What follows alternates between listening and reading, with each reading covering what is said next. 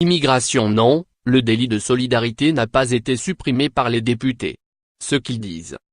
Plusieurs députés de la majorité, tels Hervan Balanant, 8e circonscription du Finistère, et Laetitia Avia, 8e circonscription de Paris, ont écrit sur Twitter que le délit de solidarité allait bientôt disparaître grâce au vote des députés dimanche.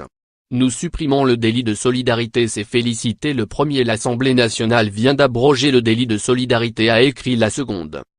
Dimanche 22 avril à 10h45, @Assemblena vient d'abroger le délit de solidarité. Bravo à tous les parlementaires. https://t.co/m9652twvdt. D'autres responsables politiques ont fait le même constat, tout en disant être hostiles à la mesure. Macron est un tigre de papier en supprimant le délit de solidarité, il fait de l'État le complice des passeurs, s'est ainsi indigné le député Les Républicains, LR, Éric Ciotti. Qu'on s'en félicite ou qu'on le déplore, il est en réalité erroné de dire que le délit de solidarité aurait disparu grâce au vote des députés. D'abord, ce délit de solidarité n'existe pas en tant que tel. Il fait en réalité référence à l'article L. 622-1 du Code de l'entrée, du séjour des étrangers et du droit d'asile, SESDA, qui dispose que commet un délit toute personne qui aura, par aide directe ou indirecte, facilité ou tenté de faciliter l'entrée, la circulation ou le séjour irrégulier d'un étranger en France et qui, en conséquence, sera puni d'un emprisonnement de 5 ans et d'une amende de 30 000 €.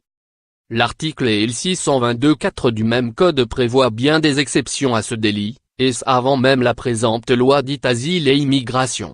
Par exemple, les poursuites ne sont pas fondées lorsque l'aide n'a donné lieu à aucune contrepartie directe ou indirecte mais consiste en des conseils juridiques, hébergements, soins médicaux ou toute autre aide visant à préserver la dignité ou l'intégrité physique de la personne.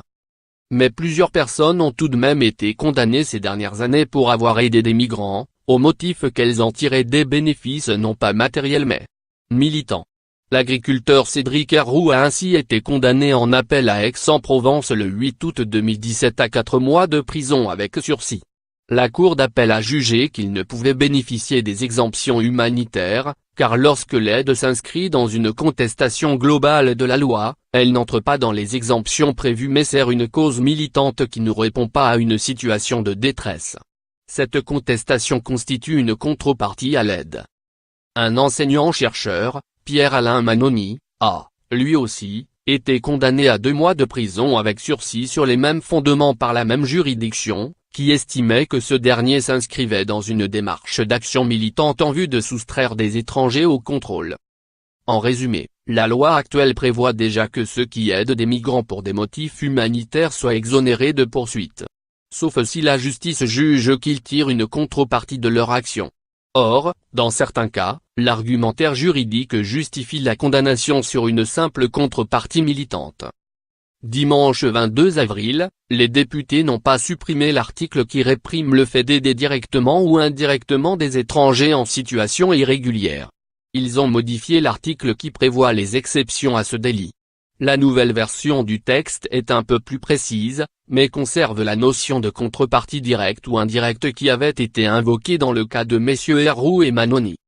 La députée et LRM Naïma Mouchou, Val d'Oise, à l'origine de l'amendement, l'a d'ailleurs reconnu en creux, dimanche matin, en écrivant sur Twitter qu'une circulaire à venir incitera à ne plus engager de poursuite s'il y a besoin d'une circulaire sur cette question. C'est bien parce qu'il reste possible de poursuivre les futurs Cédric Herroux.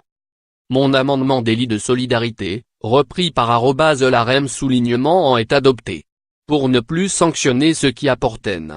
https://t.co/nqks6KELDAH3. En définitive, la loi a été quelque peu clarifiée avec l'adoption d'un amendement à l'Assemblée nationale dimanche 22 avril. Il est en revanche erroné de dire que le délit de solidarité aurait été abrogé ou supprimé, et il faudra attendre d'autres cas similaires pour observer si la jurisprudence évolue réellement. Par ailleurs, la justice utilise parfois d'autres motifs indirects pour poursuivre des personnes qui viennent en aide aux migrants, comme le délit d'installation en réunion sur le terrain d'autrui dans un cas constaté, notamment, à Calais. Lire l'article. Aide aux migrants, le délit de solidarité pourrait être adapté.